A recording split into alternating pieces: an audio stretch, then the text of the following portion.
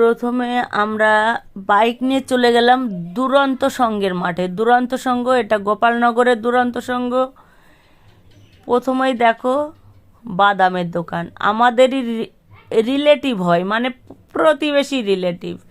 তারা দিয়েছে বাদামের দোকান আর দিয়েছে জিলাপি, মানে মিষ্টির দোকান। জিলাপি, মালপোয়া, নিমকি, এই সমস্ত কী কী আছে। যতটা দেখছো অতটা আমি খেতে ইন্টারেস্ট নই, এতে এত মিষ্টি বোঝায়। নিমকিটা তাও একটু খাওয়া যেতে পারে, কিন্তু মেলার জিনিস আমি একদম খেতে পছন্দ করি না।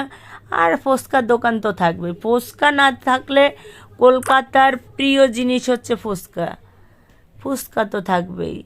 তাই জন্য ভাবলাম কয় কিলো জিলাপি আর কয় কিলো বাদাম নিয়ে নিই। দেওর, মাসি বাড়ি, বাবার বাড়ি সব জায়গায় পাঠাতে হবে। এদিকে আইসক্রিমের স্টল বসেছে।